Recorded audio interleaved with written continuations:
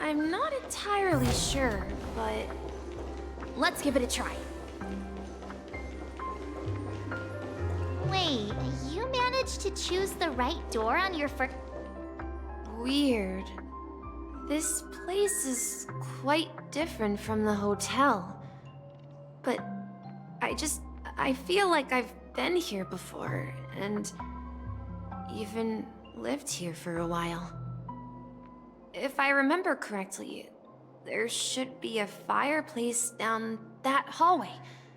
Clocky and I used to sit by the fire, listening to the crackling of firewood. And the room on the other side was the toy room. I loved spreading out all the toys from the box on the floor and making up stories for each of them. Hold on. This doesn't make sense. Didn't I grow up in Dreamflux Reef? So, what is this place? This could be a case of amnesia. Don't worry, Misha. It's common for everyone to forget certain aspects of the past. Those memories haven't vanished. They're just lying in the depths of your mind. We can surely get them back. Since this place seems familiar to you, why don't we explore a few more rooms and see if you can recall anything more? Yeah, then let's check out the rooms I just mentioned.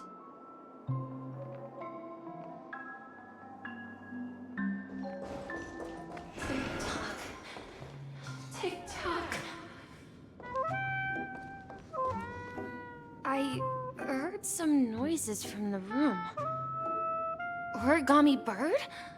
That's a friend of mine. You and Origami Bird are friends? Yeah. It's a member of the Compass crew, just like Clocky and Miss Mirror. And there's more than just one Origami Bird. They are a big family with lots of brothers and sisters who look the same. They follow Miss Mirror's orders and handle all sorts of jobs on the ship. They're the best sailors. Sailors? Can origami birds be sailors? Could you tell us more about the compass, Misha? The Compass is a ship bound for the New World. Clocky and his partners travel through layers of fog to the depths of the sea. Whenever there is danger, Clocky will use a compass and guide the ship in the right direction. That's a great story. But in the Penacony cartoon, Clocky and his partners have always lived in Dreamville and never ventured out, right? Huh? Oh, that does seem to be the case. Weird. I clearly remember Clocky arrived in the New World in the end. Perhaps Clocky has a hidden past. So, where has Clocky gone? Did he leave to protect Dreamville?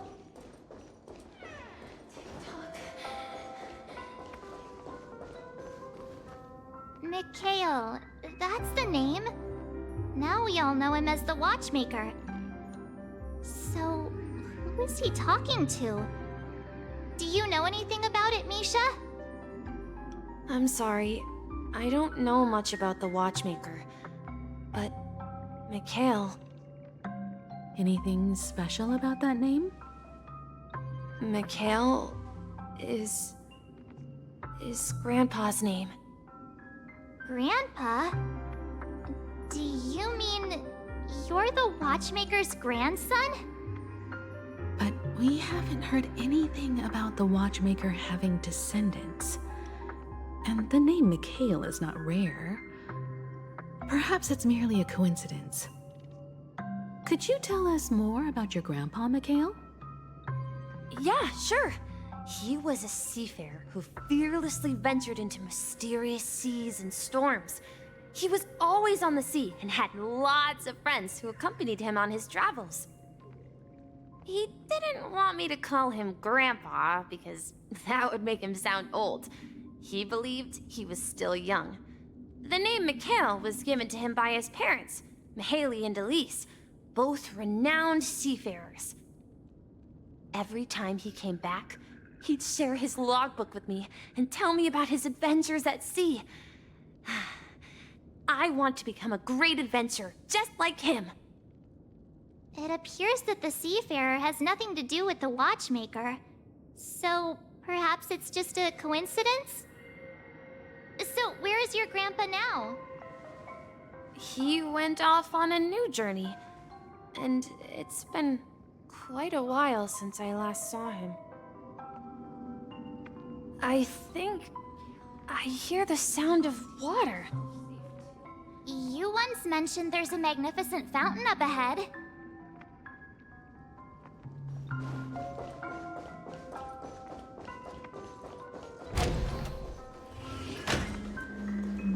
Look, there it is! The water resembles a precious jewel embedded in the dreams of all seafarers. Every time I gaze at the shimmering lights beneath the waves, it feels as though I'm back in this place, standing by your side. Have you recalled anything, Misha? Yeah, I saw these sentences in Grandpa's logbook. He used to say that despite the perils of the sea, whenever he stood on the deck in the afternoon, overlooking the sparkling waves, he would think of this fountain in front of his house. He often said that those moments felt like returning to his family's side, and the difficulties at sea didn't seem quite as challenging. You know, I quite understand such sentiments.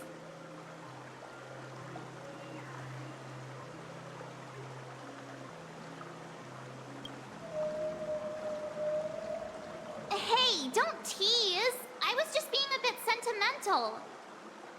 Perhaps every adventurer far from home carries a fountain within their soul. Even though the other side of the sea remains shrouded in the unknown, the fountain in front of his house serves as a compass, leading him back to his cherished ones. Yeah, while Grandpa was at home, we would stand by the fountain and place the compass, a toy boat that I made, into the pool.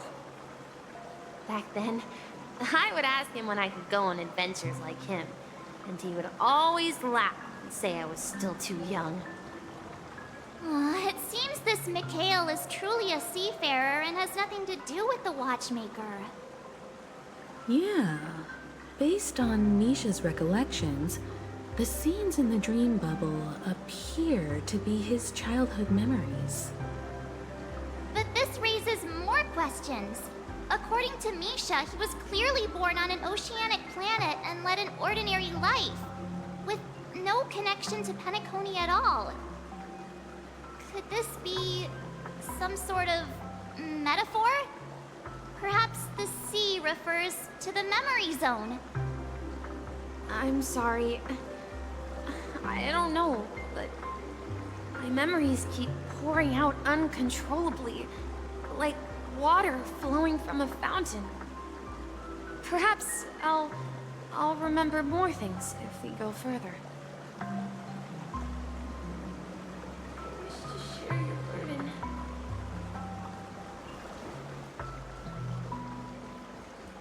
We're going to the opposite side, right? No, we should turn left here. Huh?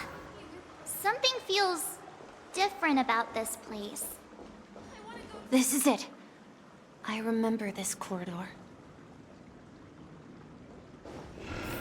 Up ahead is Grandpa's study.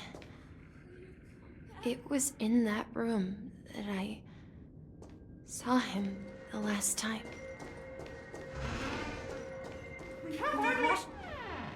The atmosphere in this room feels totally different. Misha! You finally come! Clocky! You're here! Huh. Yeah. This is the room where we first met each other. Are those books on the bookshelf logbooks left behind by that seafarer? Yeah. Whenever he came back, he placed a logbook on the bookshelf in his room. They contain records of his expeditions to every corner of the world. He described our world as a fountain. At some point, the sea started to gradually swallow up the land where people lived. To ensure that everyone had land to settle on, he had to continue exploring the sea and search for the source of the rising seawater. On that day, he called me to his study, telling me that he was embarking on another journey. However, I could sense the gravity in his expression. It was the same look I had seen on my father's face before his final voyage. I asked him if I could go with him, but he said that my adventure lay elsewhere and told me to stay home and patiently await a certain sound at the door. What sound? He told me about a vast ocean in the sky. An ocean of stars. He spoke of a train that transports children with a desire to venture far away, traversing the sea of stars without ever stopping. He said that he knew the crew on the train, and that he had asked them to take me along. He said the journey I had always dreamed of would start there. A train? Could it be? It's the Astral Express. I remember now. Grandpa's friends are a group of nameless who came to this world to resolve a disaster caused by a star. Then, he gave his pocket watch to me. It was his cherished treasure, appearing in every one of his adventure tales. He explained that difficult times were ahead, but assured me that the watch would guide me. He said, as long as I kept moving forward, I'd eventually reach my desired destination.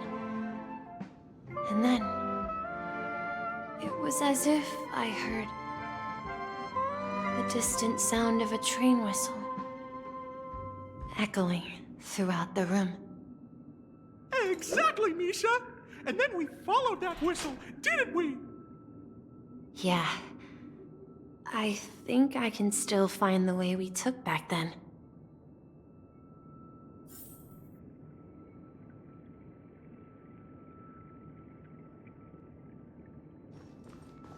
This is the dream jigsaw, right? So we're supposed to find the exit. But where can we find the last piece? Do you remember? You said you obtained a mysterious shard when you stumbled into this place.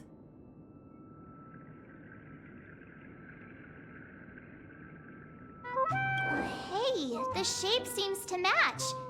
So this shard is also connected to Misha? Looks like we're just one step from revealing the truth. Let's get to the other side and investigate.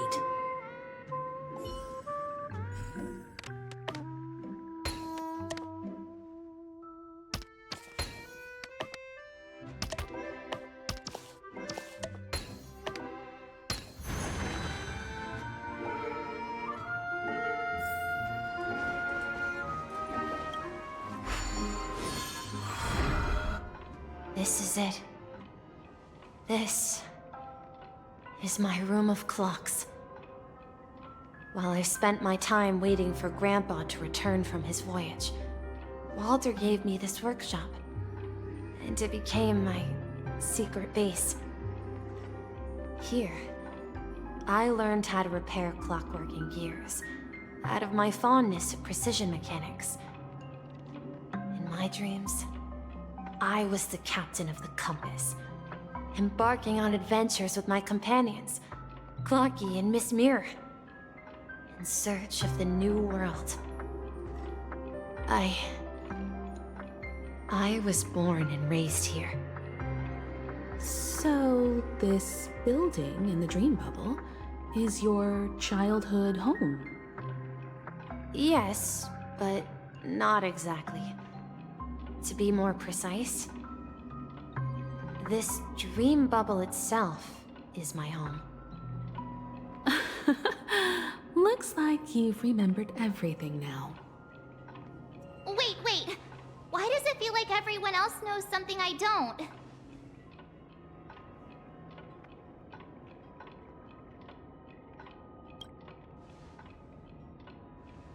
March, do you remember when he mentioned a clocky that only he could see? Yeah, the little guy here, right? But we all saw him in Dreamflux Reef, right? And Mr. Yang even greeted him. Looks like everyone on the Astral Express has a childlike spirit. The answer lies in the Astral Express.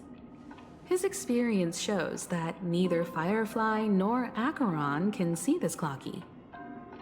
And when we were in Dreamflux Reef, you may have noticed that for some reason, nobody outside of the crew had ever talked with Clocky.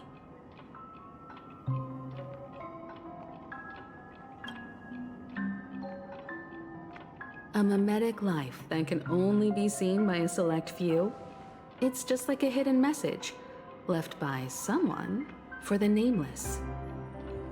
But Misha can see Clocky too, right? They even grew up together. But Misha hasn't started the way of the Trailblaze yet. That's the key to the mystery, March. Now take a moment to recall. Have you ever seen anyone outside of the crew interact with Misha? Wait. No way! That's the answer, March 7th. This dream bubble is the place where I was born. And I'm a dweller in this dream. Just like a memory zone meme. I should have stayed here and waited for you. But when reality and memories merged, I unconsciously pushed open that door and left the bubble with Clocky. So it's not that the Watchmaker's dream bubble is empty, but rather the stuff inside ran away? And the whistle you heard was the sound of the express arriving at Penacony? That's one way to see it, but I believe there's a longer story behind all this. It's best for Misha himself to explain all the details. How about we start with your name? Now, should we call you Misha, or...? Thank you all for helping me rediscover my true self.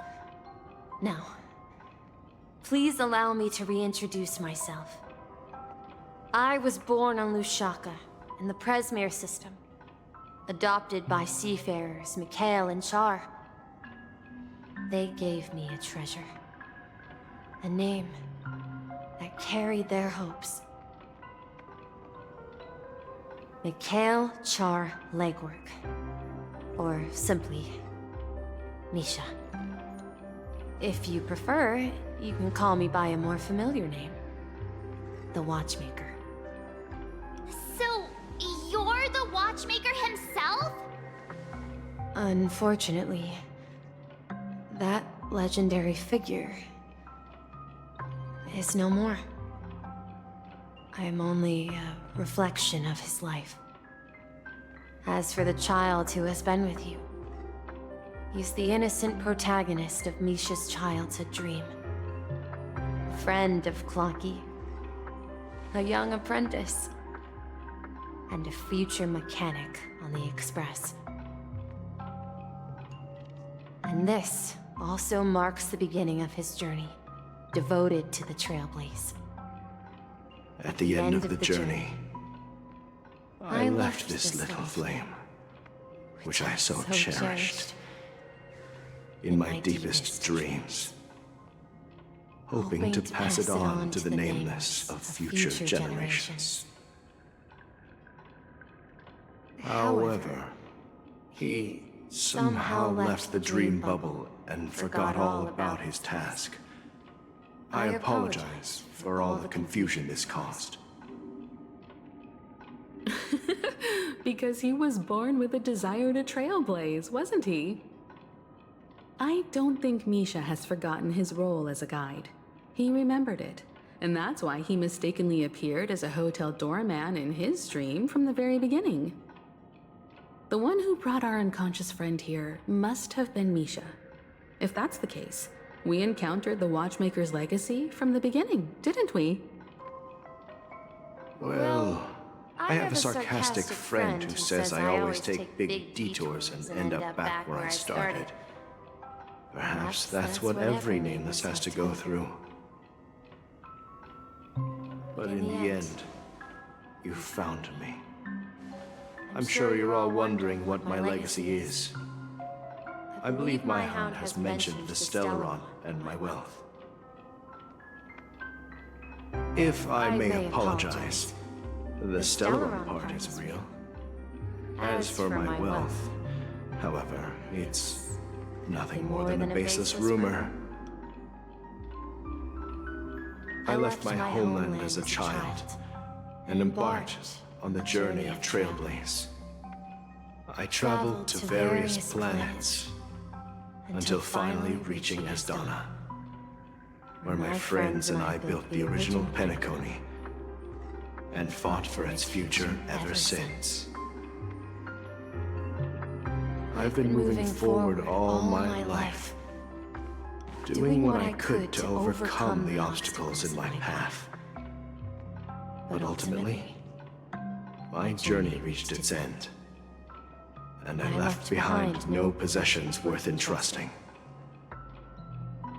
So, if you ask what's left within this worn-out train engine that can be called a legacy, I suppose it's the things that are still burning in the engine's furnace. Now that you're well aware of the current situation of Penacony, I certainly hope that you'll help me get this world back on track. But I'll leave that decision to you, for the path of Trailblaze is never paved by others. All I have for you is a story and two gifts. I want to give you my pocket watch. It has accompanied me throughout my long journey, guiding that naive child forward, and has been blessed with the presence of so many great people up to this day. And my hat, too. The one who navigated for me placed it on my head and planted a fanciful thought in my mind. The trailblazing expedition will never end. Now, it's time for you to make your choice. Once you've made up your mind, open that door and enter the long dream of an old man. I'll be waiting for you at the end of this corridor of time. All right, everyone, let's make a decision. Although I don't think anyone will have any objections.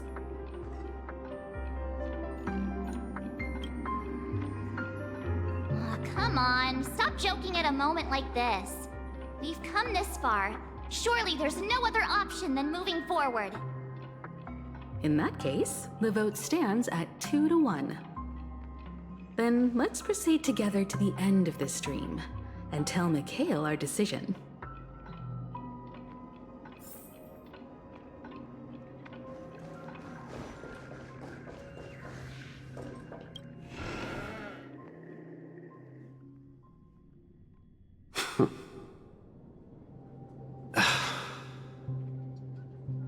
Mikhail, where are you going?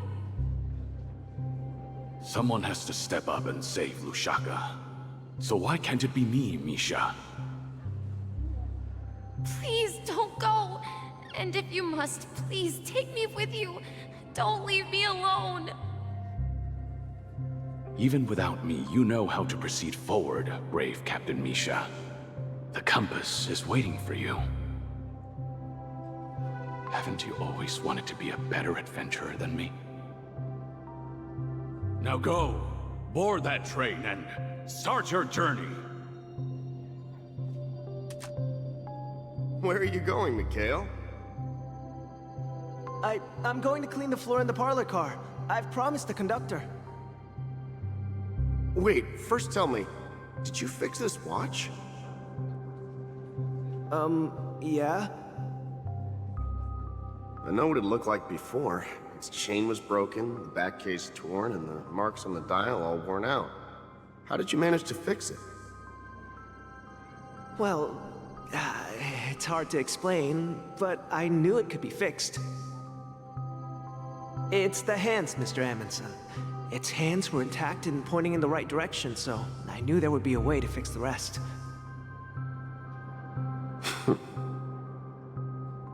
I see. You'll work with me from now on. Haven't you always wanted to tinker with this train? You're its mechanic now. As for the conductor, I'll do the talking. But I only know how to fix watches.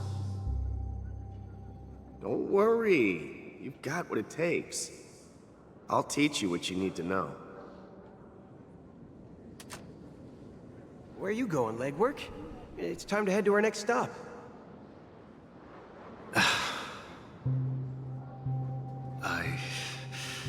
I'm staying in Astana with Rosalina and Tiernan. I see. This place reminds you of home. The people of Astana have only achieved a tiny victory, and still have a long way to go towards true freedom. Hanunu needs us. Don't worry, not all journeys lead to the stars. Even if I leave the Express, our path of Trailblaze will continue.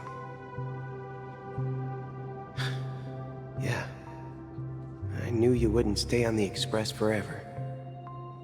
Leave in peace, my friend. And, take this with you. This is Mr. Amundsen's hat. But why? When he departed, he said he would leave it to his best student. Well, I suppose the time has come. Farewell, legwork. Take care of Tiernan and Rosalina. And don't forget to write to us.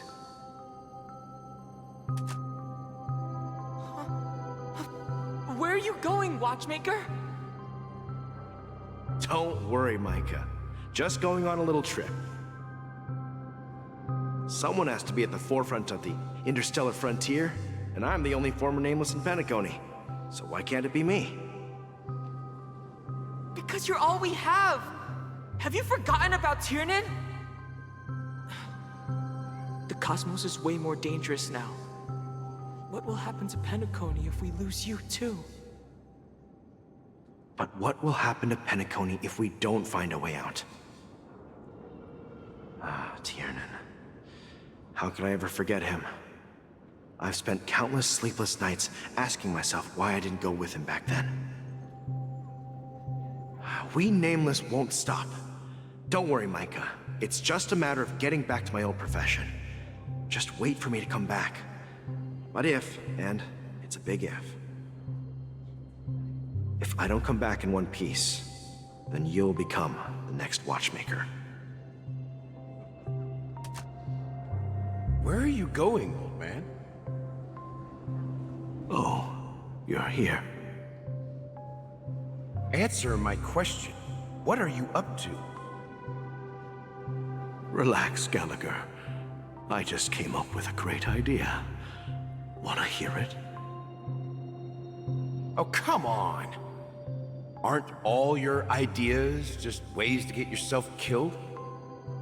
I may be blunt here, but you're the last remaining hero in Penacony. If you die too, the secret of the Stellaron will go to the grave with you. Yes, I'm afraid there's no way out in Penacony. so I'll have to consider alternatives beyond Asdana. We'll organize a festival using the Watchmaker's legacy as a facade, and send invitations to the entire cosmos to gather people here. So, a desperate struggle against the family? Desperate? Don't we have you here, my friend? This task is challenging, but what hasn't been challenging for us along the way? Well, whatever you do, remember, make sure to send an invitation to the Astral Express. Misha! Huh, where are you going? Oh, it's you, Clocky. Take me to Dreamflux Reef.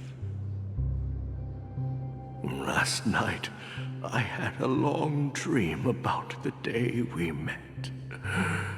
I want to write down that dream.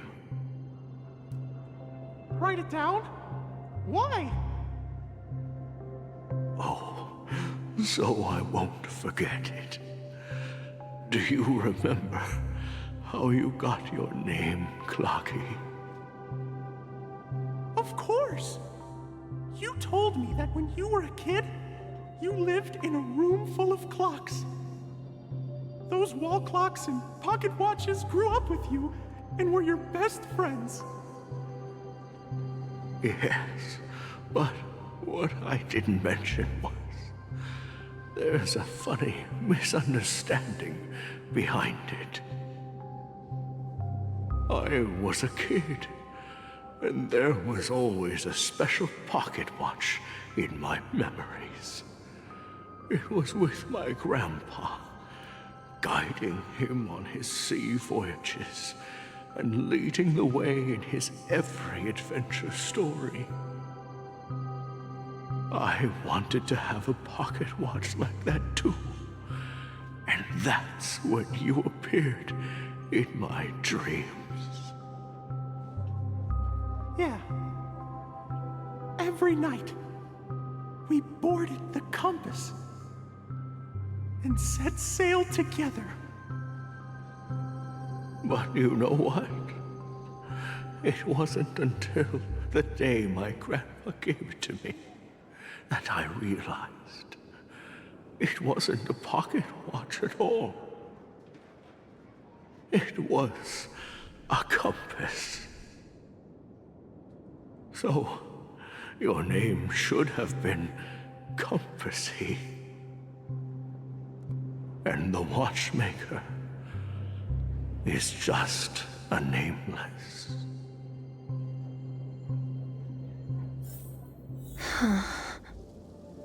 We've arrived at Dreamflux Reef. So, where to next? You know, Clocky, I don't think I'll be going anywhere else.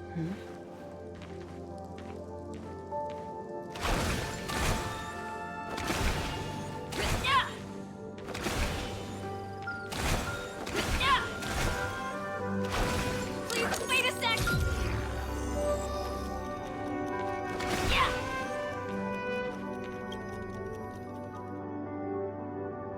I've traveled far enough, and it's time for a little break. Oh. So, we'll set out again. When you're rested? No, I'll stay here. And then, this is where it ends. This is... where it ends? What do you mean, Misha? You told me that the trailblazing expedition would never end. Yeah, that's what I said. So now, it's up to you to decide your next destination. My next destination? What's that supposed to be? I've been following you. Misha? You're acting weird today. If you're feeling down, we can just do what we usually do. With the clockwork. No, I'm not feeling down. As for clockwork, yeah, it resolves all problems in this dream.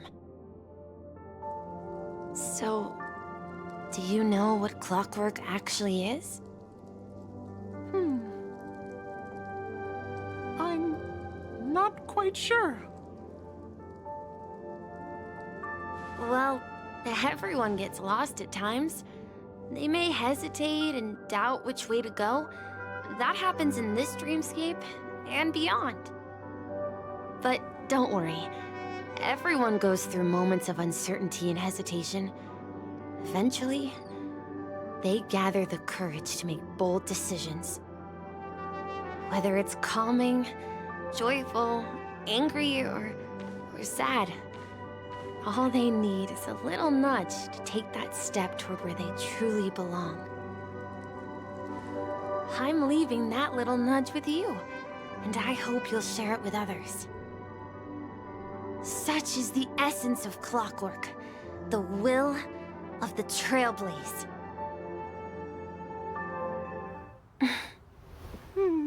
Clocky's hands spin around non-stop, indicating confusion, frustration, and weakness. But ultimately, people still need to move forward. Just like your hands, always pointing ahead. This is where my journey ends. From now on, it is your path to walk. Trailblazing means taking paths your predecessors forswore, and venturing even further.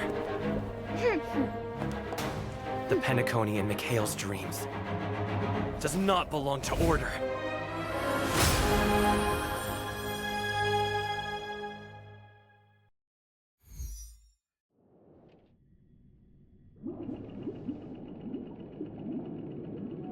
I can't believe that Eon would cast a glance at Penacony at a time like this. Is it because of the resonance from the legacy of the Trailblaze? Or perhaps the bond between you is so strong that it even impresses an Eon? Well, there might be another possibility. Perhaps they want to witness, on behalf of the fallen Eons, who will hold the future of Penacony. If that's the case, on behalf of the Dream Master of Penacony and the 107,336 members of the Oak family, I'm extending a formal invitation to all of you. I'm cordially inviting you all to the Penacony Grand Theater to participate in the upcoming Charmony Festival. And, of course, you won't be in the audience, but on center stage. Since the future of the Stellaron, Penacony, and even the entire cosmos is at stake, let's draw a conclusion there, in all fairness. If you truly believe in Akavili's path, then show me their courage and determination.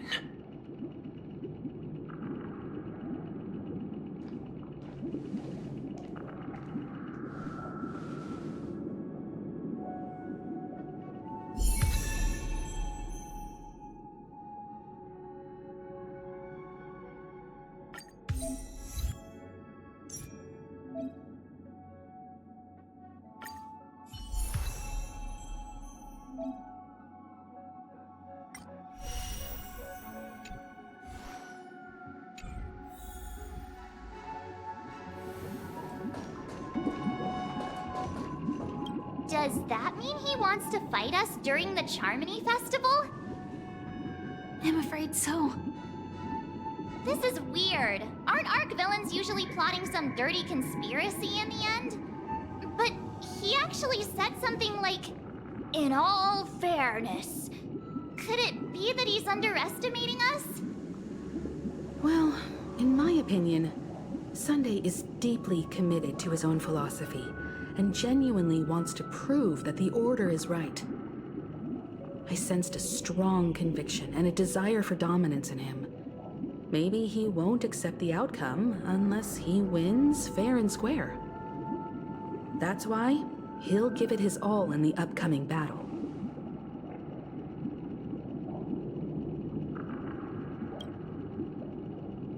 Ah, you. Every time an important moment arrives, you hesitate. We've even dealt with a Lord Ravager of the Destruction, so a follower of the Order won't be a big deal. Anyway, we can't leave the Stellaron unchecked. This is about trailblazing a bright future for Penacony and fulfilling Mikhail's and his predecessors' long-cherished wishes. Now that we've taken up the mantle, we can't afford to fail them. However, the same applies to the Order. Their plan didn't materialize overnight, and they have the profound collective consciousness of the planet of festivities behind them. A desire to dream, to slumber and escape reality. All those hidden emotions have given birth to the sweet dream of the Order. They've harnessed the will of an entire planet to create an eon. This confrontation is far more complicated than a simple power struggle. To secure Penacony's future, fighting on the stage alone is not enough. What do you mean? Are you not coming with us? I believe Firefly is trying to say that she's heading off to another battle.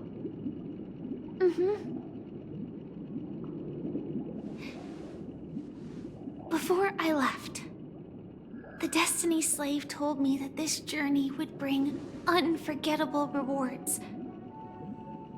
Even though the script he gave me only had a few lines, I couldn't ignore them.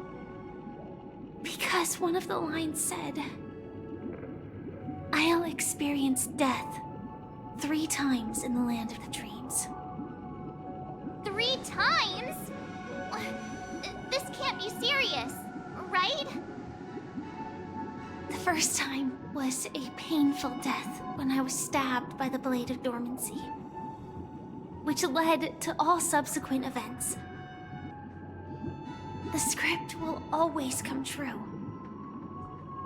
but in a way that will only be revealed when that page is turned. So now I've understood the meaning of my second death. And I am prepared to face it.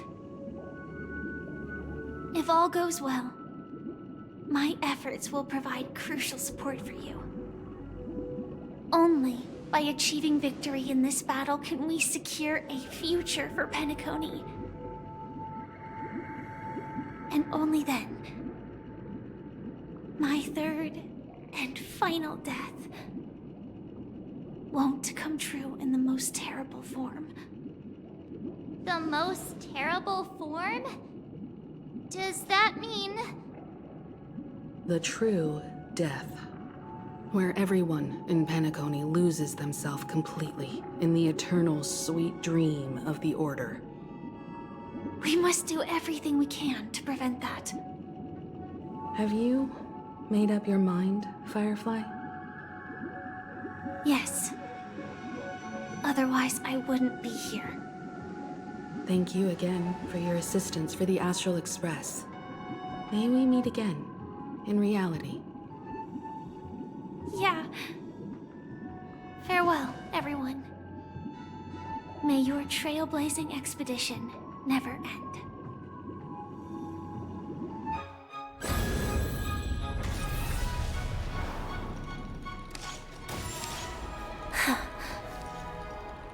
I dreamed of a scorched earth. Everyone, are you ready? A new shoot sprouted from the earth. It bloomed in the morning sun and whispered to me. Like fireflies to a flame, life begets death. May we meet again in reality.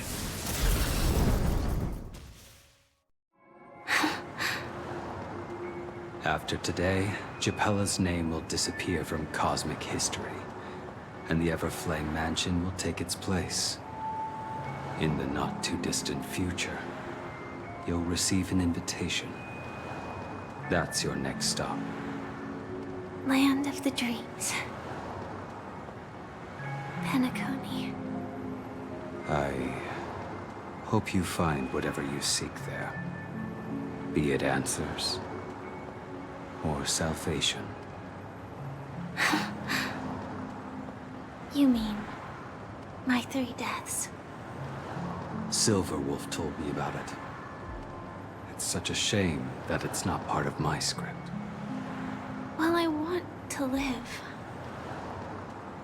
I'm never afraid of death. The opposite of death is eternal life, and that's something I'll never desire. People die, and I am no exception. Death is like a script, a fate that cannot be defied. But that's exactly why we have to choose where we want to rest forever. Do you exist just to perish? Are you not the same, Blade? The end you desire is not one dictated by others. If I were to die now, I would only be a weapon. I believe I should die as a human. Though its definition escapes me, isn't this the answer that ordinary people look for their whole lives? A name that can be carved onto their tombstone. The tombstone that belongs to me once bore the inscription, Glamoth's Iron Cavalry. Then it changed to Stellaron Hunter. But one day, it will bear the name Firefly. And all the brilliance she showed at the end of her life.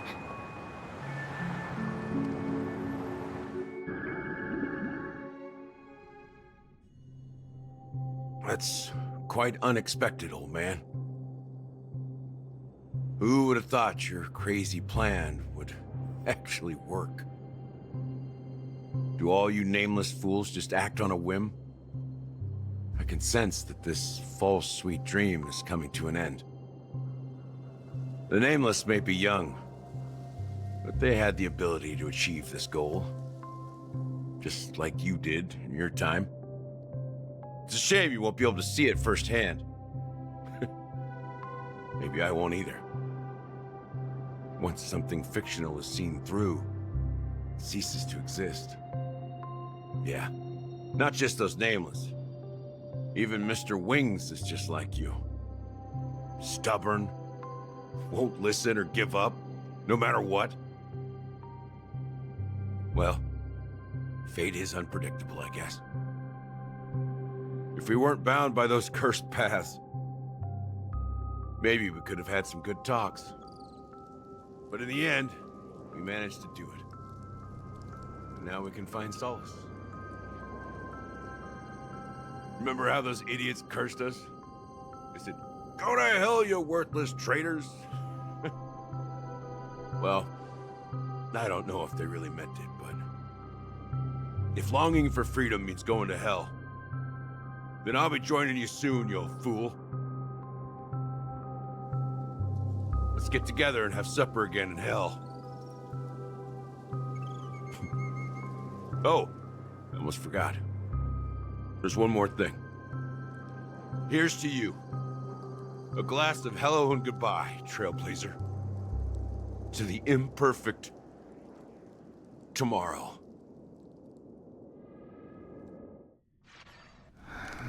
It's warm here, isn't it? You're lucky to have found shelter from the rain. Let alone fresh berries in this desolate place. I was just following the scent of life. It's particularly strong in a place like this. It's a shame these berries don't have much flavor. Seriously? In case you didn't know, this fruit is pretty juicy. The only downside is that when you chew it, it becomes extremely spicy.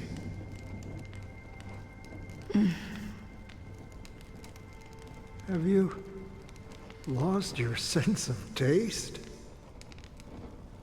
I can still taste certain things, like a faint sweetness. Before coming here, I stopped by a place called Orkron. It had barren cliffs and nights lit by bonfires.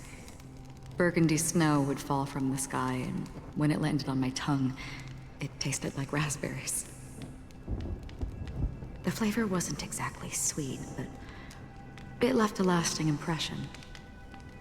When I think back on my past, I realize that what's tying everything together isn't the big events, but rather these small yet unforgettable moments.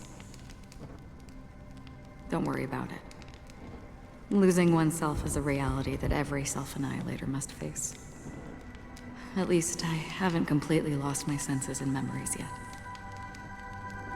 Well, congratulations on adding another footnote to your journey. By the way, are you always alone? No, I had a companion in Orkron.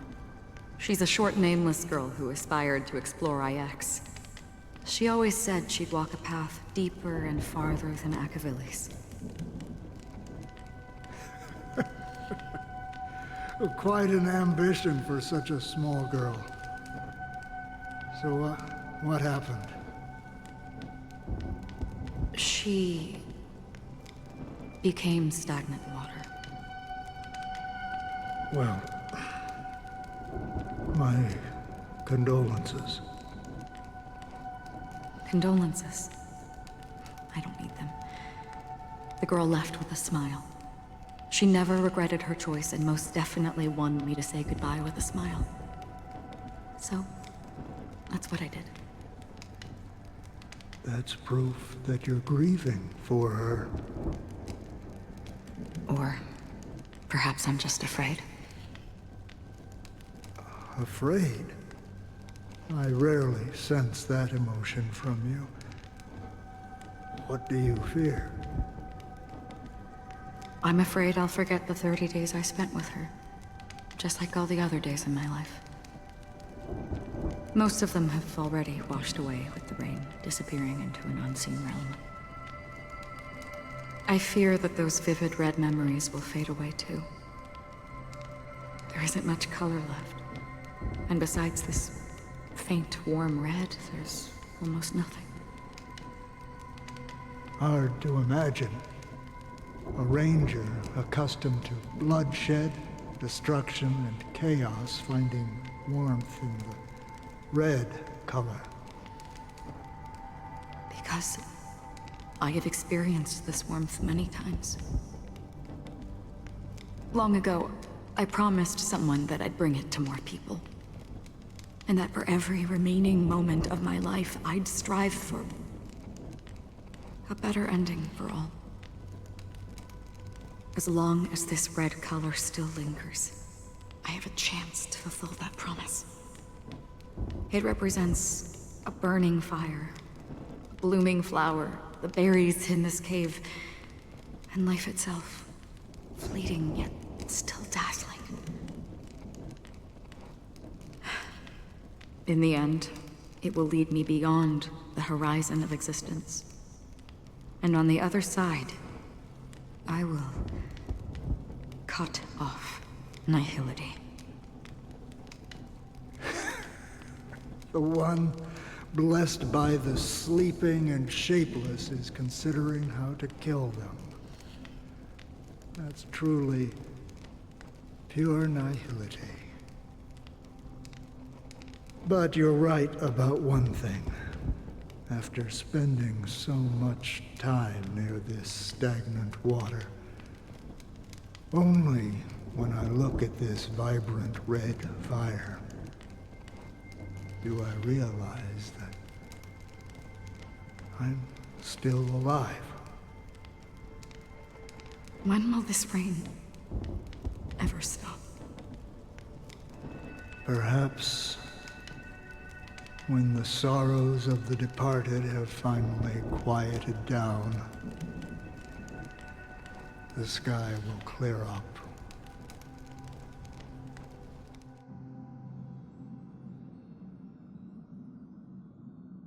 Have you heard of a planet named Biari Scamandros, Don Hung? It's one of the Paradise Kingdoms under the influence of the Harmony. A sought-after wonderland for the inhabitants of the Dardanu major and minor systems. Half an Amber Era ago, the family held an unprecedented festival there. And after that, everyone on the planet became part of the family. Do you think the same thing will happen on Penacony? Yes. Or how else can we explain it? The family deliberately used the watchmaker's invitation to keep all the Pathstriders here, but banished the emanator of the nihility.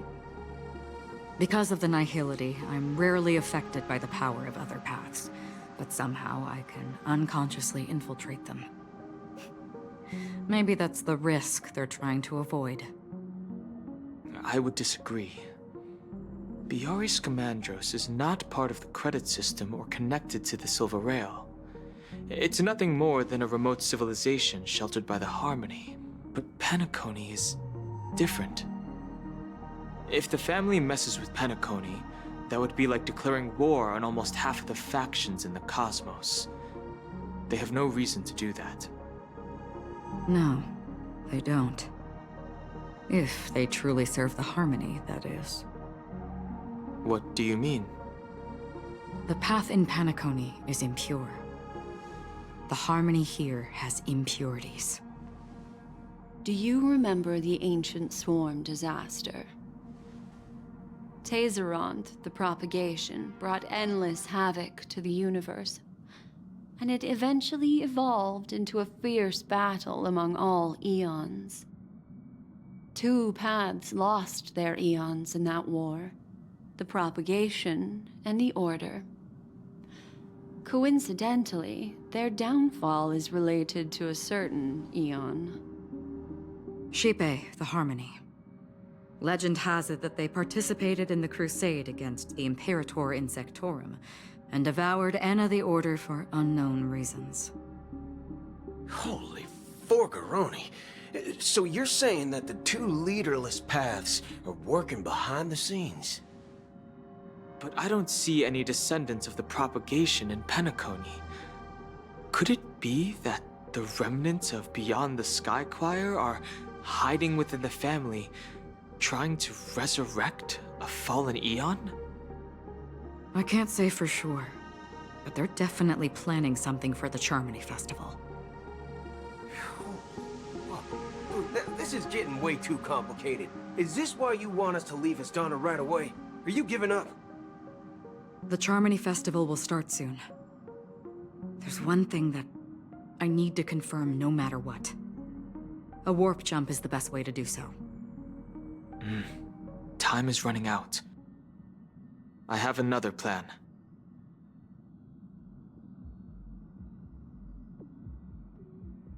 Hold on. Are you thinking of using the Jade Abacus of Allying Oath? Exactly. The assistance from the Lawfu Cloud Knights would be enough. Think it over carefully. You can only use that once in your lifetime. I have considered it thoroughly. My companions are... they're also once-in-a-lifetime treasures.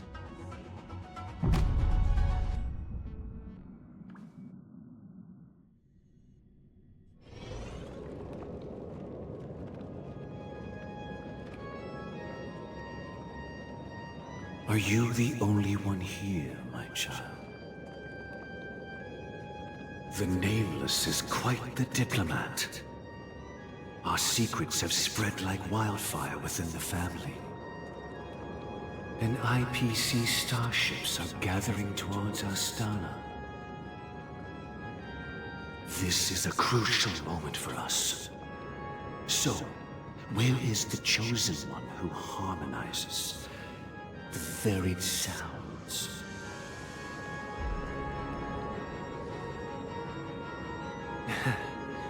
What do you mean, Master? I'm right here in front of you, aren't I? You know, she was supposed to be the star of the Charmony Festival in our plan. But the plan has changed. As her brother, I know she doesn't want to sing for the Order.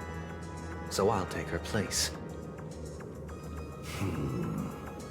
You've always been wise beyond your years. I'm sure you understand the consequences of your choice. If you consider this a betrayal, well, there can't be two suns in the sky. I'll step up and take down the other sun if necessary. Do you believe in karma? If karma exists, then everyone has their own karma. You have yours, and I have mine.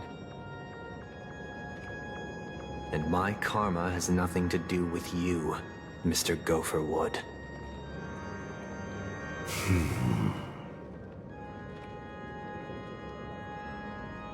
All right.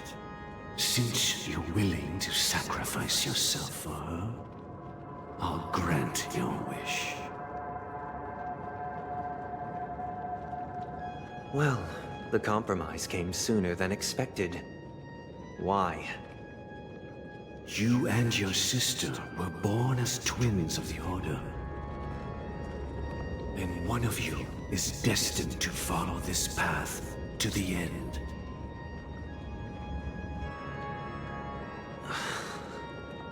Is this part of your plan? Of course. You're still as clever as you were when you were a child. The opening is near. Go, my child.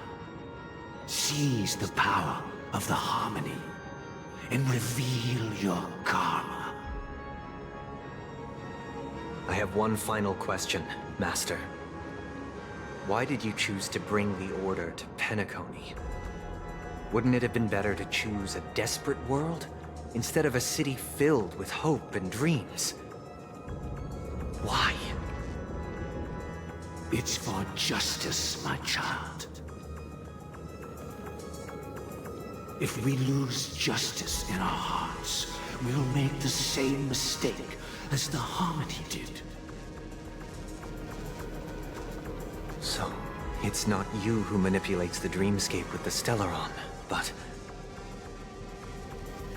Well, that's where our conversation ends. Go ahead. The 107,336 souls of the Oak family have dreamed of this moment too many times.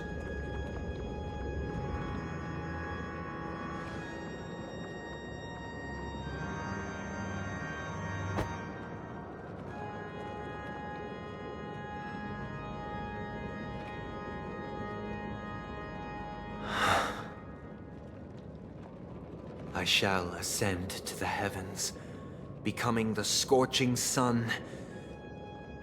Bathed in my light, my people shall flourish, while all evil shall be eradicated.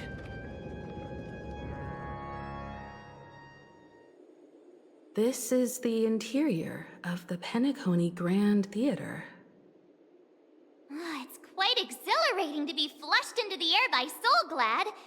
But why is the venue still closed when the Charmony Festival is about to start?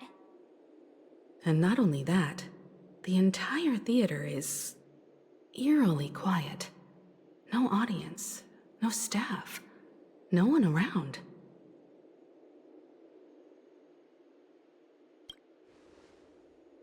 Even if we're late, a grand theater like this shouldn't be completely empty. Let's explore around. Be careful, everyone.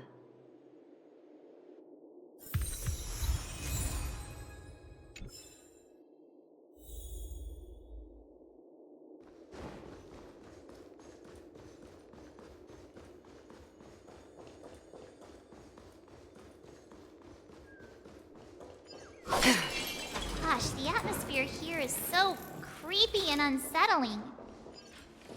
Even if there's no audience yet, there should be some staff around. Why is it so silent?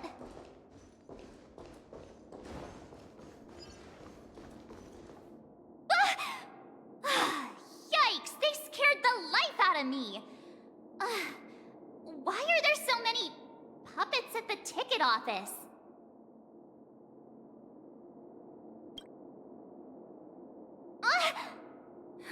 Stop it!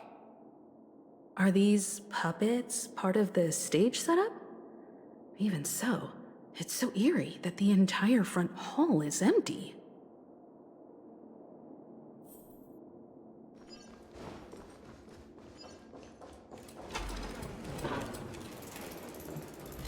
Something feels off. We're in the right place, right? There's no other grand theater in the dreamscape. So Sunday's messing with us? He said we'd have a final showdown on the stage, but why is there no one here?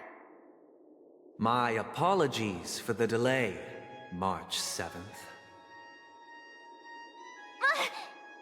You scared me! Where are you now? I'm waiting for you behind the curtain. Following the Asdana tradition, I invite you to enjoy a stage play in 3 acts before the festival begins. History is a mirror reflecting the universe's true essence. Let's use this opportunity to delve into the rich history of Penacony and the eons. Within it, naturally, the future takes shape. Let us commence with the dawning of the world.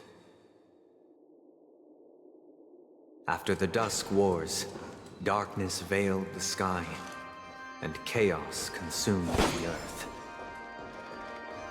Enna the Order emerged, destined to restore all existence. That marked the first day.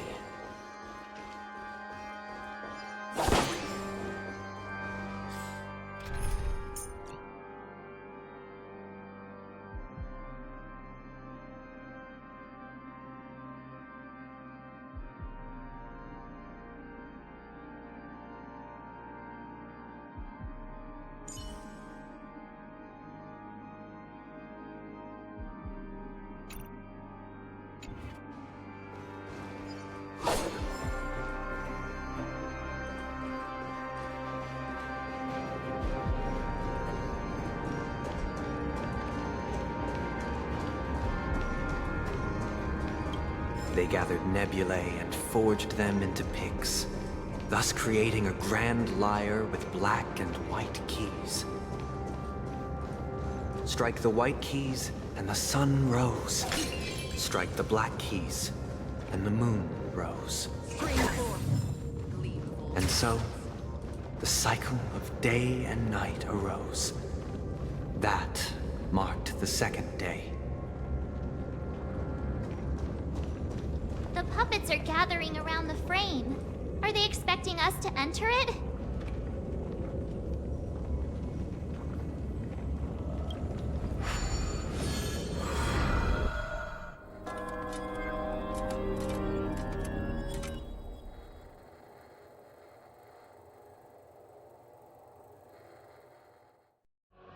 Where are we now?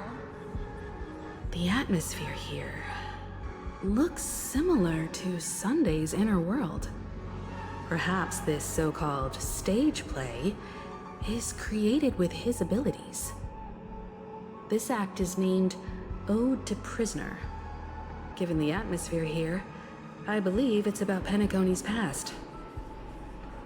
I thought things were finally looking up as I managed to dodge prison during my recent trailblazing expeditions. But now it looks like I'll be back behind bars again. I genuinely wish to avoid a violent clash with my esteemed guests from afar. Therefore, I've arranged 3 acts before the situation becomes irreparable. Where shall we start our narrative? Well, let's start with the time when Penacony was still a frontier prison.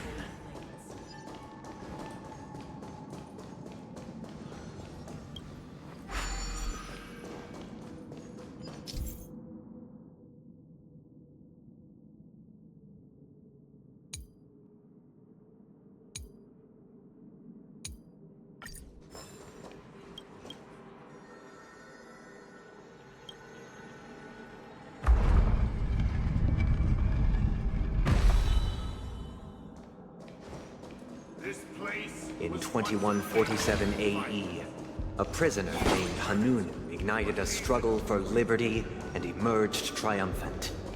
IPC referred to it as the War of the Frontier, while the Asdanians dubbed it the War of Independence.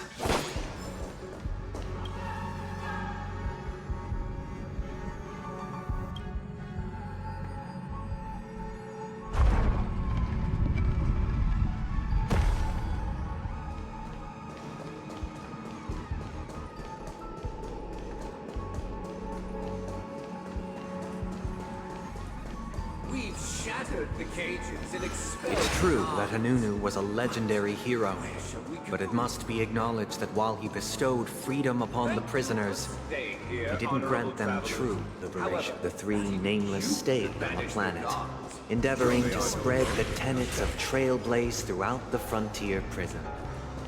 Alas, their efforts proved futile.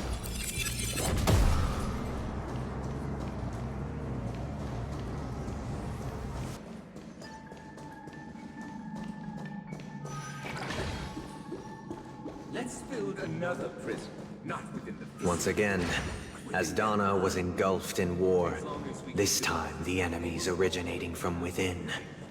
The prisoners remained...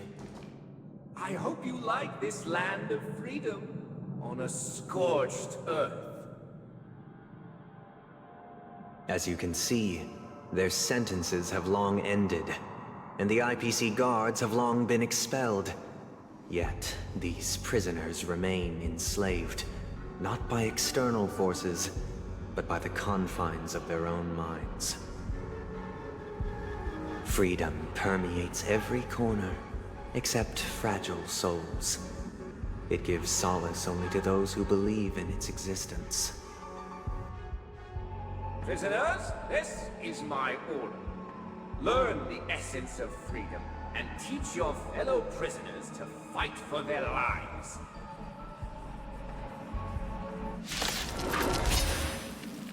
Hey! Why do we have to fight while enjoying the show?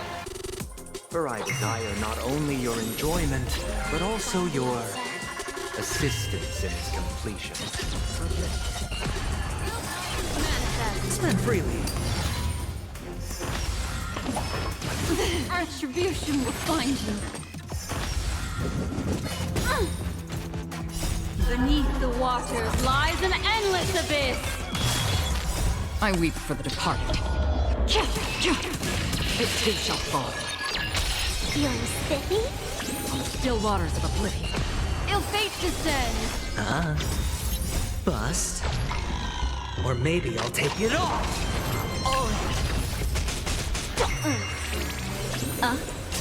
Destined for oblivion. Feeling spiffy? Can you find the answer?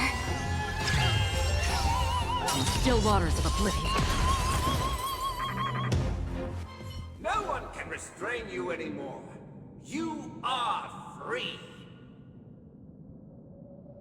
Thus concludes the first act. Amidst a raging war, the frontier prison headed toward becoming Land of the Exiles. This must be how Penacony was constructed. With the aid of outsiders, the prisoners were finally liberated and established the Land of the Exiles. However, it appears that Sunday aims to convey the spiritual plight of the prisoners more than the physical aspects of imprisonment. This show is a bit too literary for my taste. But the battle part is quite easy to understand. Anyway, we've arrived at the exit. Let's go!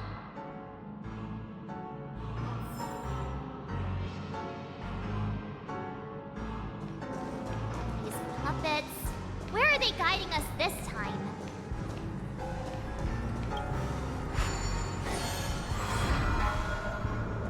They transmuted streams of stars into inked nibs, creating symbols to be pronounced and counted.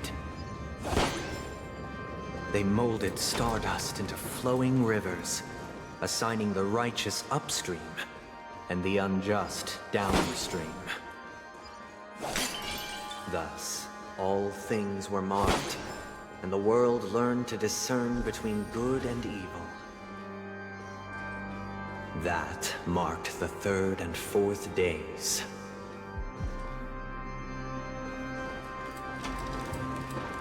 Look! Another frame!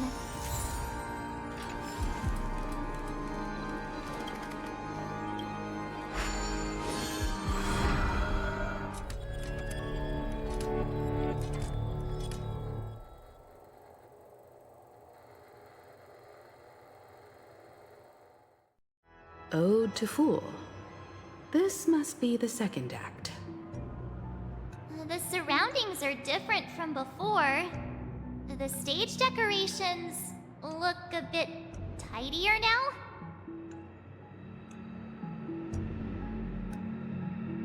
Behold the ensuing tale, a struggle for power. Penacony witnessed the ascent of the 7 major lineages: tree, grass, flower, bird, beast, fruit, and insect. Peace never truly graced Land of the Exiles. The history in this era is rich and intricate, so please allow me to present it in allegorical form.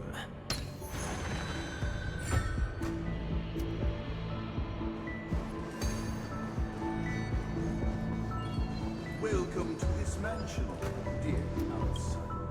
Land of the Exiles was in disarray, besieged by both internal and external perils. Though the 7 major lineages appeared united on the surface, each harbored their own ambitions, leading to the Black Plum family was the first to fall. They withered away in the White Desert event, orchestrated by the Alfalfa family. Because Master shaped you from clay, but forged me from fire, I'm superior to you.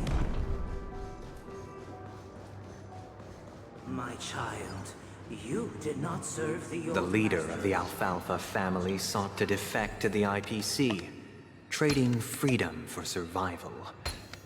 However, his eldest son slew him in the name of righteousness, and ascended as the new family head.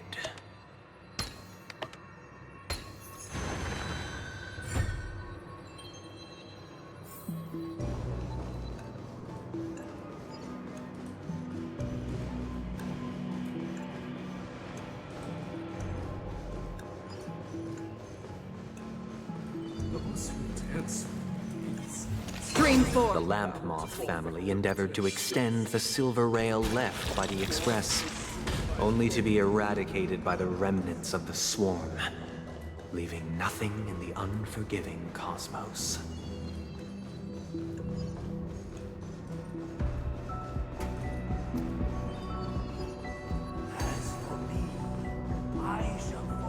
Only when Gopher Wood led the family to Land of the Exiles and earned recognition from all 5 major lineages did Penacony earn its new name, the Land of the Dreams.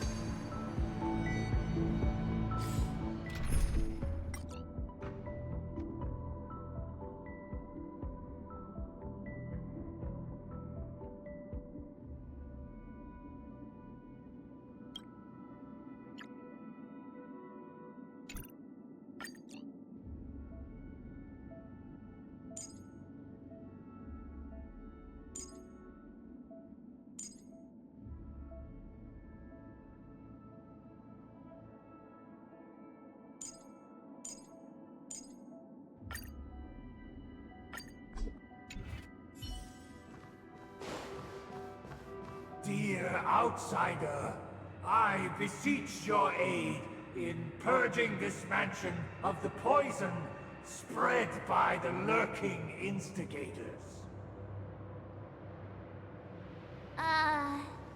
You want us to help you? What do you need?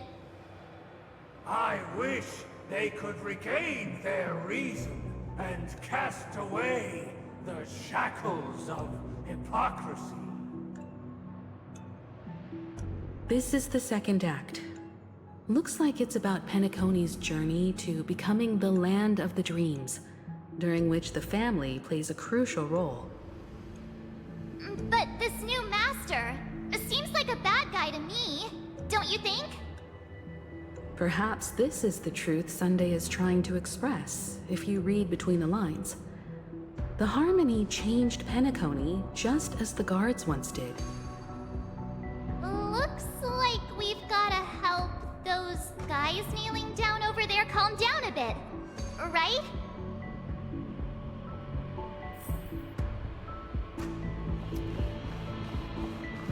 Either I shall be my own master, or I shall return to my former master. I shall not submit to a new master under any circumstances.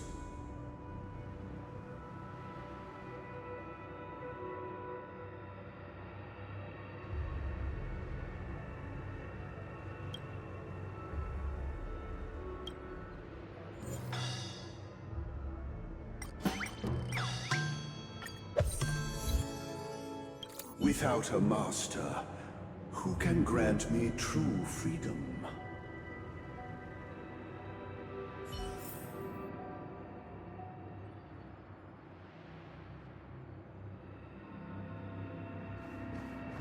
Master is no longer here.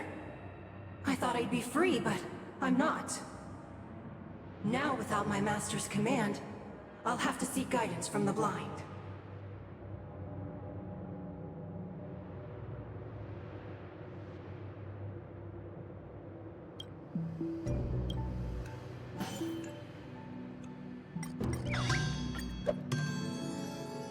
Master is no longer here. I must seek a new master and serve them faithfully. Once, I stood as the most loyal guard among all the servants. Now, with my master banished, it's my right to assume control of his dominion.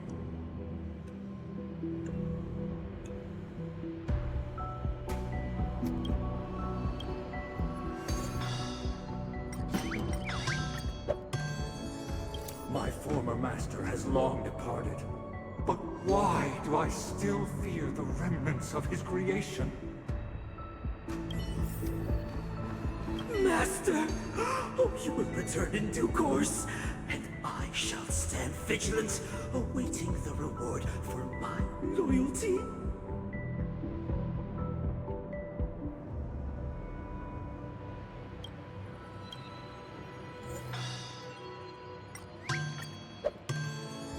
Master, now that you have gone, I shall wait no longer for my reward. I shall seize what is rightfully mine.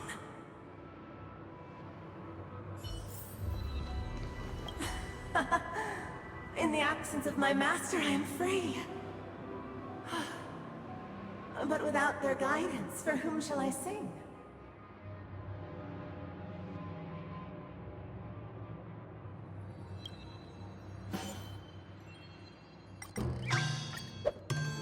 shall sing for my new master, just as their noble voice once resonated throughout the cosmos. Thank you, dear outsiders. My servants have regained their sanity.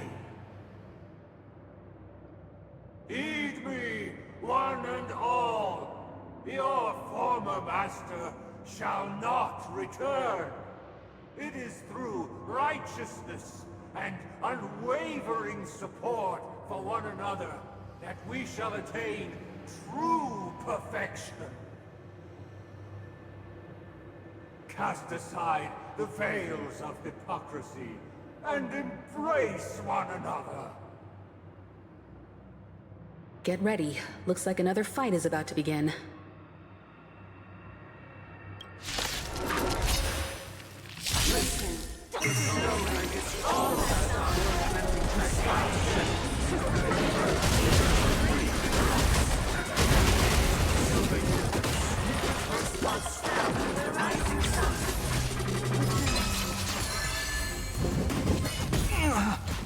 Feeling spiffy?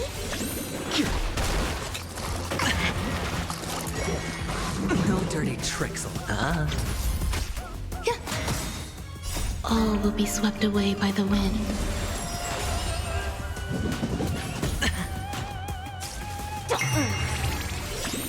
Can you find the answer?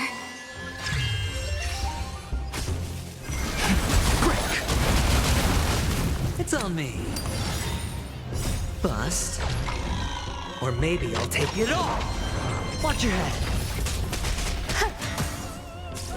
Feeling spiffy? Rise! World-cleansing dragon.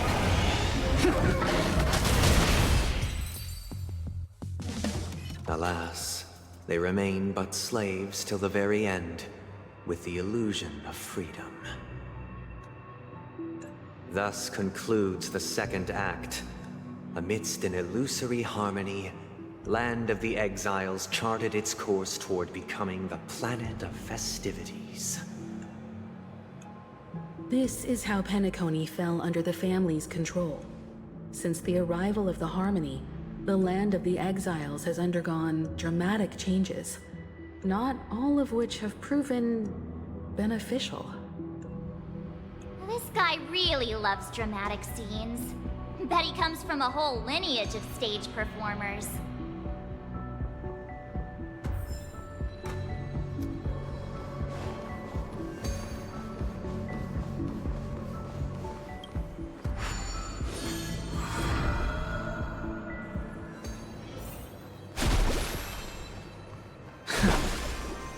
They used the planetary rings to establish the law, forging a code of conduct among the masses.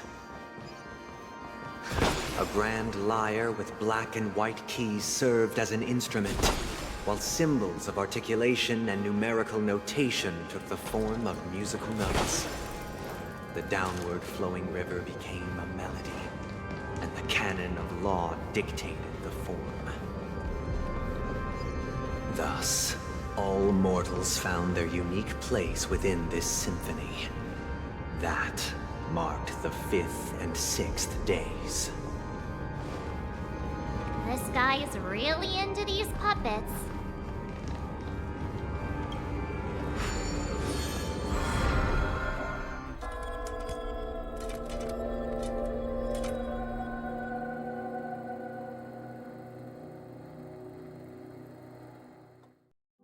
Oh, I get it now. The last scene is all about singing the praises of the Order. And the atmosphere here is completely different from the previous two scenes.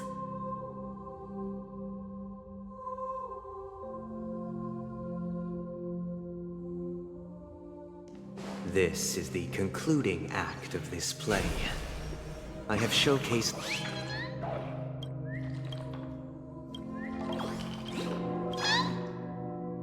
This is the concluding act of this play.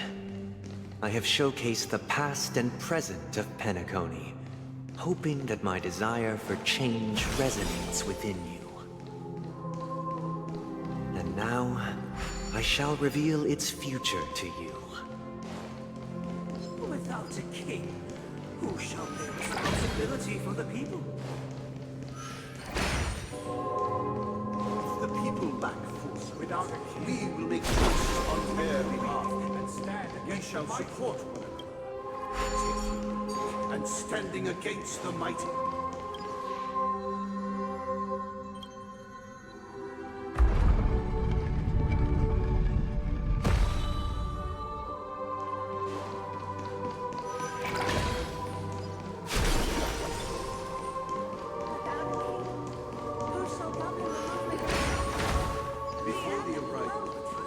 Everything followed its natural course, and so it shall continue. We no longer have need for a king, for we have become...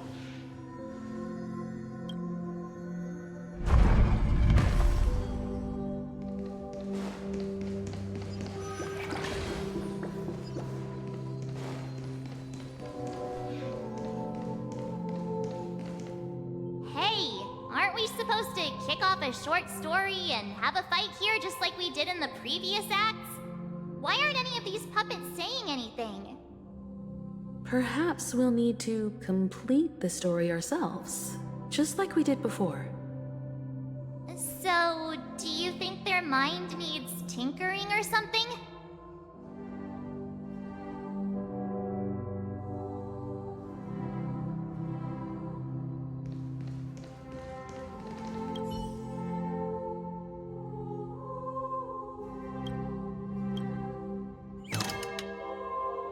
Farewell, former king. We no longer have need for a king, for we have become kings of all things. Farewell, former king. How did it go?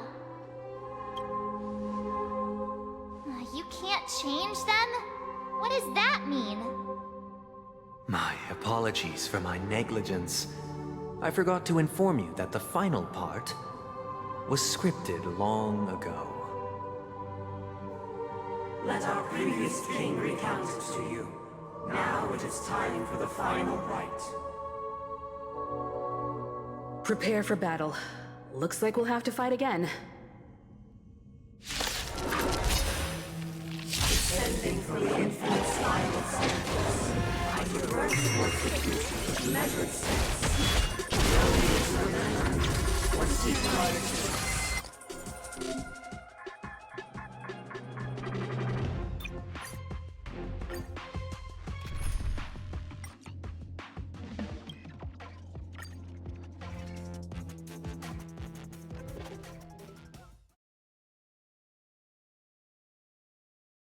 Descending from the infinite spiral staircase, I progress towards the future with measured steps. No need to remember or seek guidance. For the contours of my mind shall intersect with common experience. Feeling spiffy? Can you find the answer? On the still waters of oblivion, I weep for the departed. It too shall fall. It's on me. Mind your manners. Destined for oblivion. Ill fate descends. Beneath the waters lies an endless abyss. Spend freely.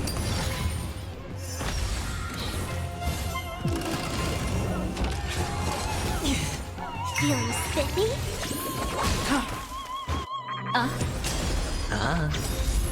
Bust. Or maybe I'll take it all. I weep for the departed. It too shall fall.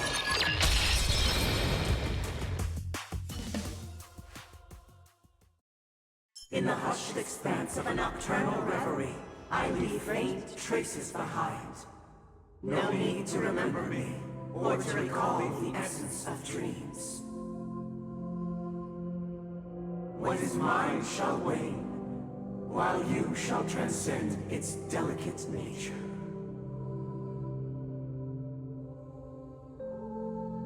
This is the final scene. It's much more straightforward. He wants to expel the Harmony and establish an empire based on the Order. Let's go. Once this stage play concludes, it'll be time for the main event, the Charmony Festival.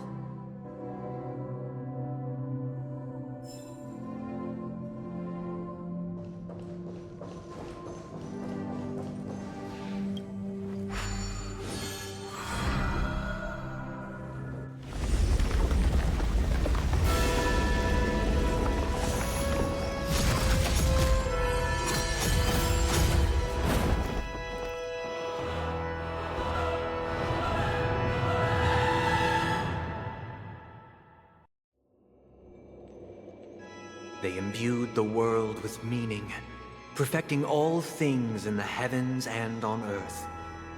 Then, they rested from the labors of creation.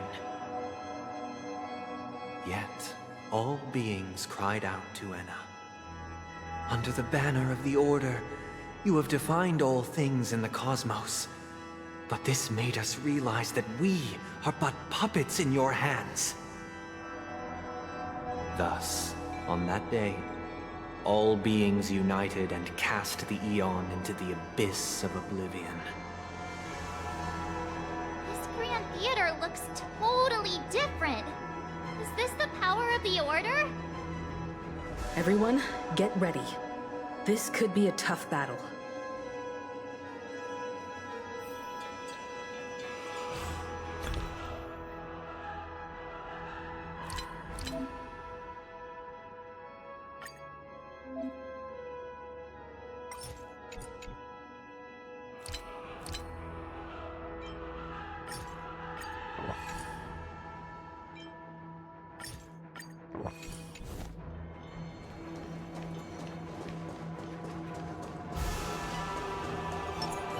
Make a wish. Watch this. Feeling lucky. That marked the 7th day. Cheers and chants reverberated in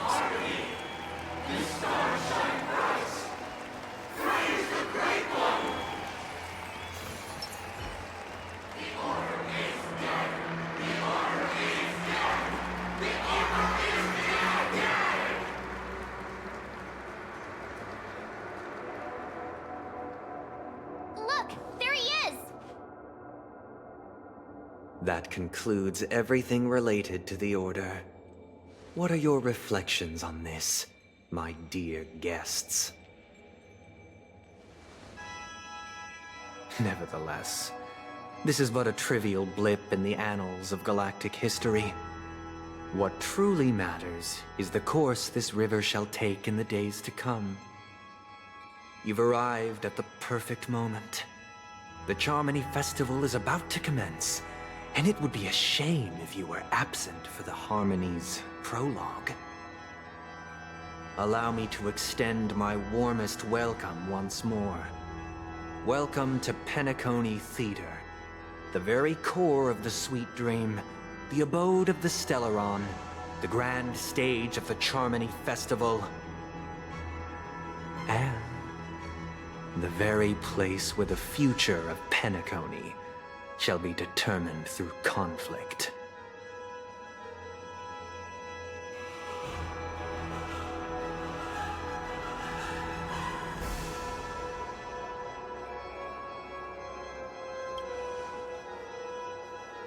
Your unwavering faith in the Trailblaze is truly impressive. True goodness can only be achieved through faith. Allow me to point out that falling into a permanent slumber is not happiness, especially when those people are driven by someone else's will in their sleep. Do you still believe that the Order only seeks to control the universe as their puppet, Himiko? No matter how perfect your vision of paradise may be, a cage remains a cage. People will never achieve true happiness in a world like that. They would just be toys for the Eon. It seems you have misunderstood my intentions. allow me to clarify. My desire is not to resurrect a fallen eon, or become one myself. My sole objective is to create a paradise free from eons, where the Order ensures the dignity and happiness of all humanity. A paradise exclusive to us human beings. That's not the case. If people are to live with dignity, there must be nothing and no one above them. In your so-called paradise, you would be the one reigning supreme. Looks like we won't be able to convince each other. Now that our conflict has been destined, let's unveil our paths and reveal to the universe the true path. However, before the prelude to the future begins, please take a moment to ponder the questions I've posed. Is darkness equal to daylight? Are sinners equal to the righteous? If you are born weak, which god should you turn to for solace?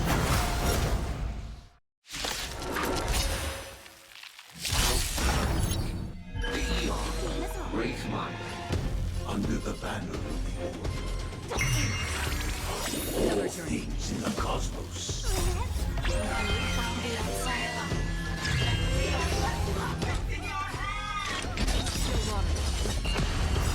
I weep for the departed. It too shall fall.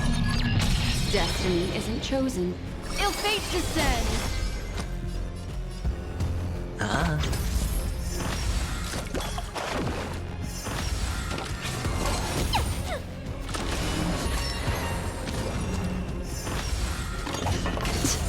Let's play for a while. Feeling spiffy? Destined for oblivion. Ill tidings manifest.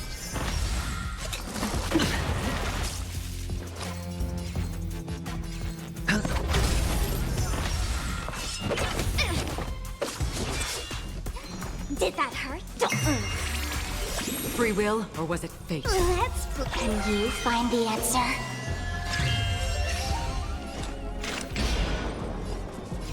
Still waters of oblivion. Destiny is apparent.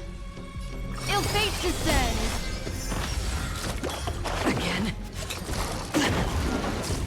Sure, I'll play along. I'll go easy this time. Feeling spiffy?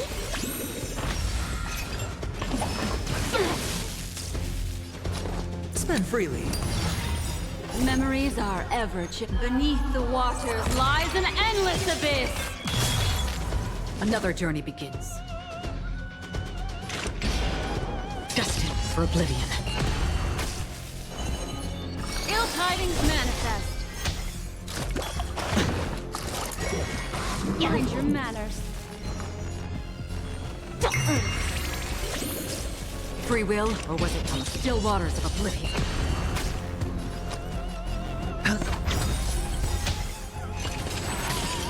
The dice have been bust. Or maybe I'll take it all. Watch your head.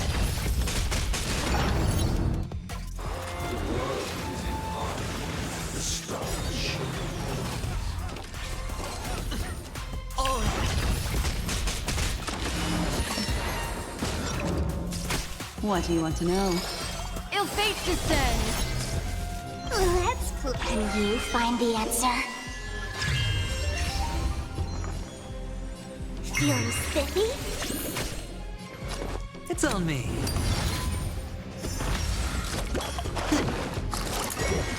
Mind your manners.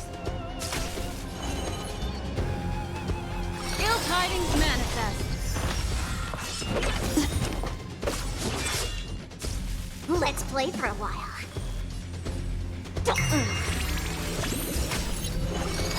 Memories are beneath the waters lies an endless abyss.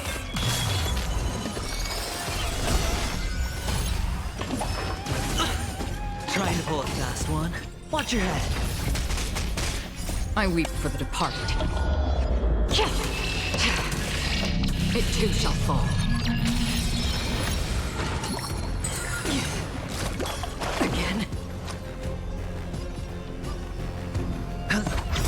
The dice have bust. Or maybe I'll take it all. That's half the work. On the still waters of oblivion. I'll go easy this time. Can you find the answer?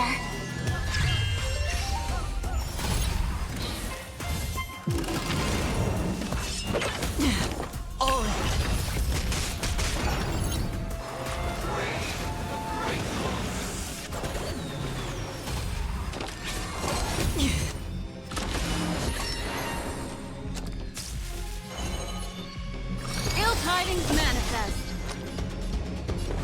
Spend freely. Destined for oblivion. I weep for the departed. It too shall fall.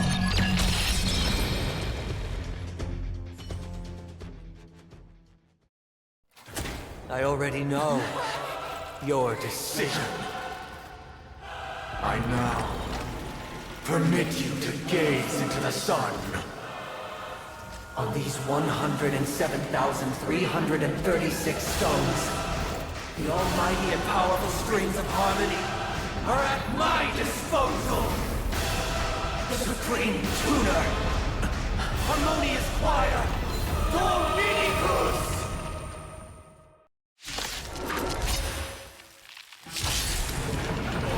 Lost souls, come and meet your master!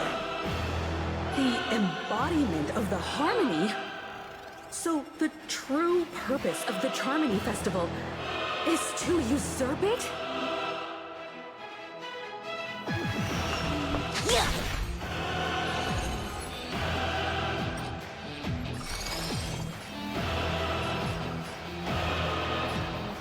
Ill fate descends. Hedge your bets. It's on me. Still waters of oblivion.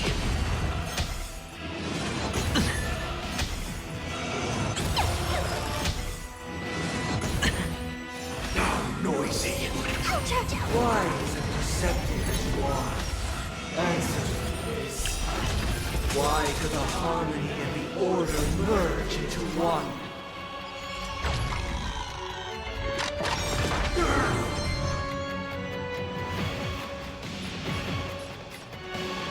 I weep for the departed. It too shall fall. Feeling like there's another world in front of my eyes. It's the power of tuning. Don't let the song distract you. Free will, or was it fate? Destined for oblivion. Destiny is ill tidings manifest. Memories are ever beneath the waters lies an endless abyss. Noisy. No, because neither side could tolerate discord.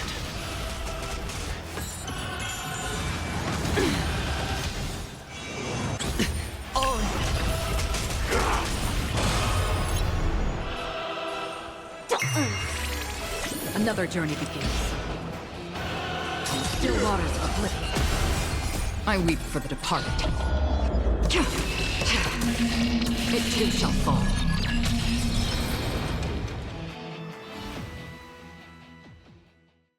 The time has come. Creation will be reborn from the remains of the gods. Danhang?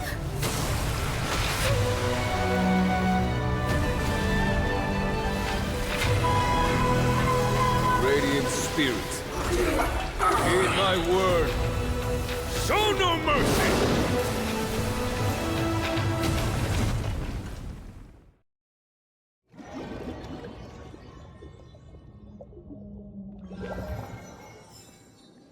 Wake up! Wake up! Hey, wake up! The sun's frying your butt! Huh? Are right? Can you hear me? Do you remember your name?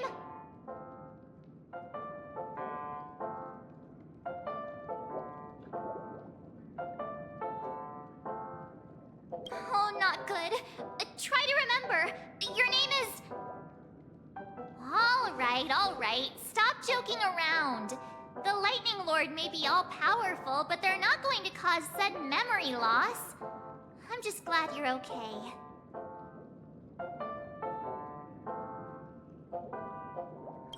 It's a long story.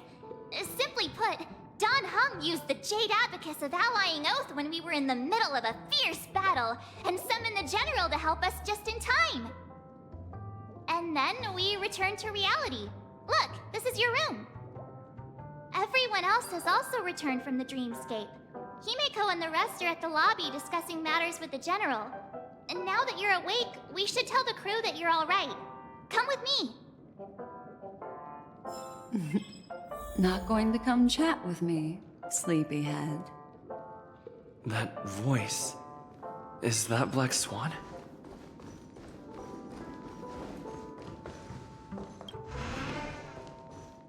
Hey, where are you going?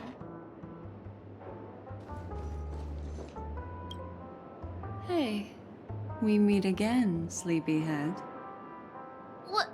What's Miss Black Swan doing here? Nothing, Miss March. I noticed he was awake and wanted to check to see how he was doing. Though the strike from the General was timely, its destruction was also immense. When emanators collide, ordinary people inevitably suffer. But, luckily for them, the dreamscape is my home turf.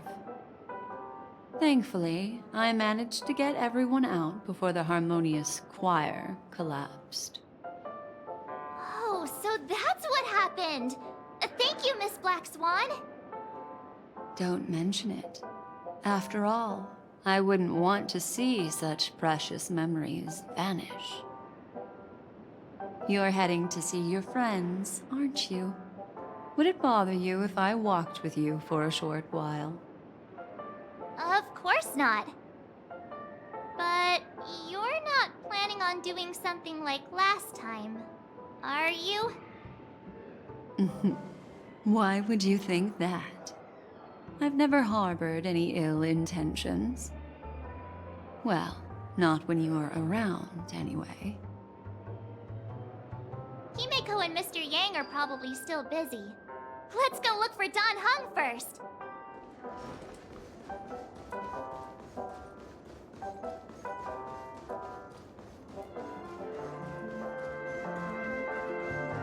Look, he's still talking to that cowboy.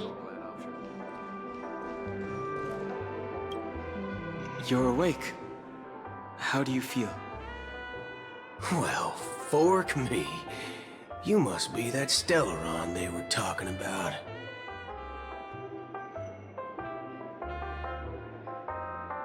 Allow me to introduce him to you. This is Boot Hill, a Galaxy Ranger. During our pursuit of a certain person, we crossed paths and just so happened to uncover a shocking plot being concocted by Mr. Sunday.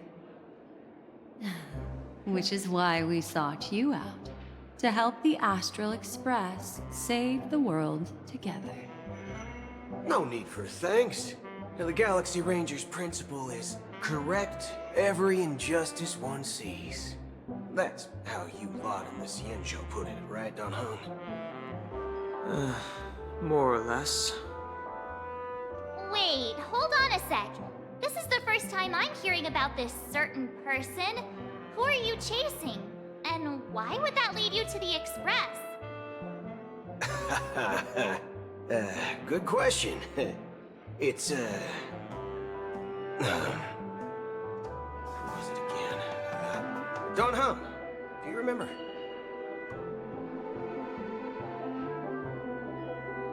No, that ain't it. I just can't seem to recall. Weird. My neurochip hasn't registered any malfunctions. I can't seem to remember either. What's going on? Heck, forget about it. If it slipped all our minds, reckon that person was just a minor scoundrel. Unimportant. Ain't gonna stop us from piecing together the story anyhow.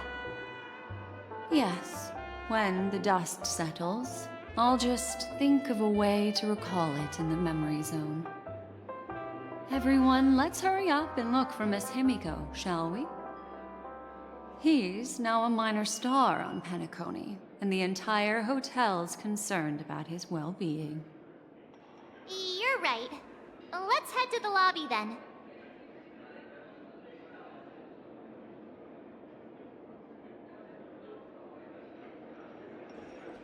One peach sold. You guys go. I'm an outsider, after all. I'd rather not disrupt the long-awaited reunion.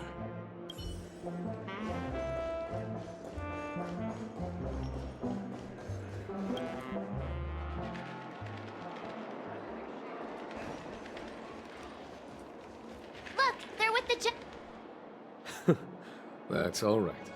In these times of conflict for the sake of utmost safety, it is only right that the Alliance steps forward to mediate on behalf of the Astral Express. We must not allow you to take unnecessary risks. Furthermore, despite the IPC's eagerness for success, it prioritizes peace above all. And the family, trapped though it may be, professes a desire for harmony. The Alliance has always won people over with reason. I firmly believe both parties can indeed put aside their differences and come to a peaceful agreement. The General possesses a deep understanding of the greater good. With the Cienjo Alliance mediating, peace for Penacony is within reach. You flatter me. But ultimately, it's been all down to the Express. Without your efforts, this sweet dream paradise would have been claimed by the last remnants of order before there was even a shot at peace. Well, would you look at that? Here comes the big hero.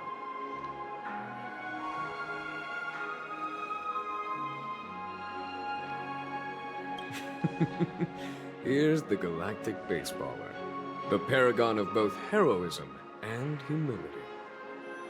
Are you okay? I heard you couldn't wake up. Are you feeling unwell?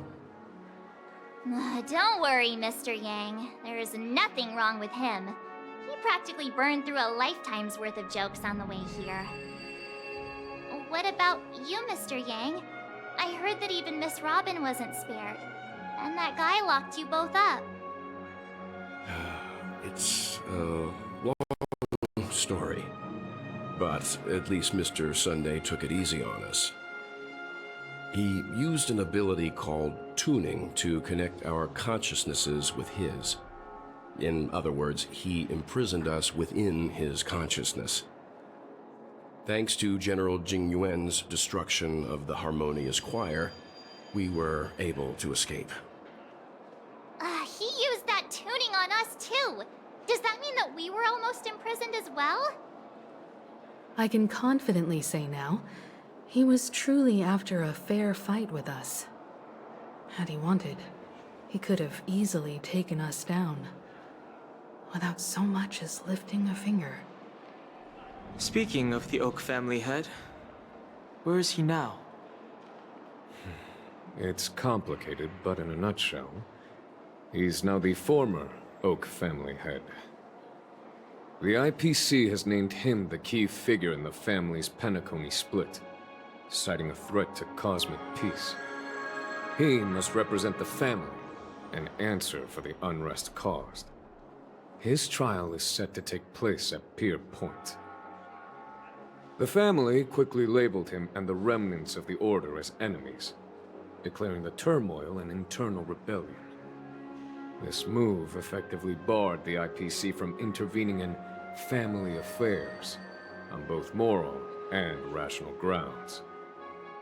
Everyone really has their own agenda, after all. Then, what's going to happen to Miss Robin?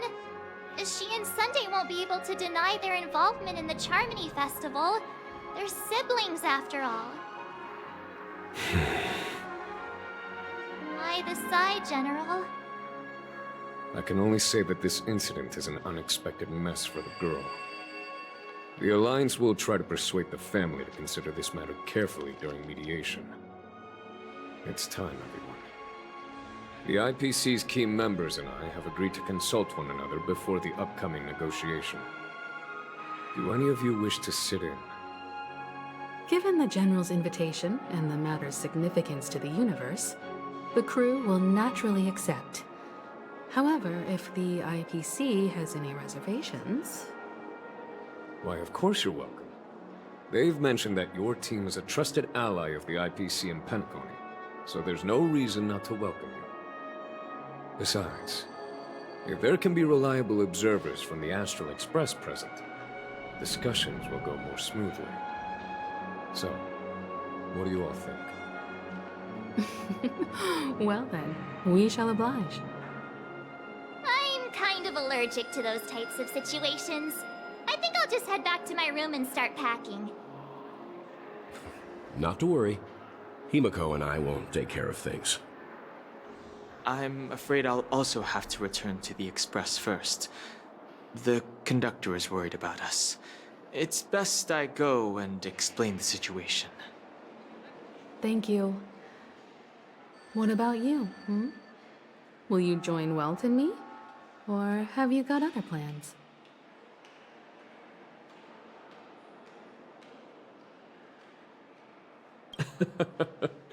Good guess. Although I'm not too sure of the reason. The representatives from the IPC have insisted on his presence. Allow me to lead the way. Follow me, please. The negotiation will commence at the hotel lobby. Everyone, please follow me.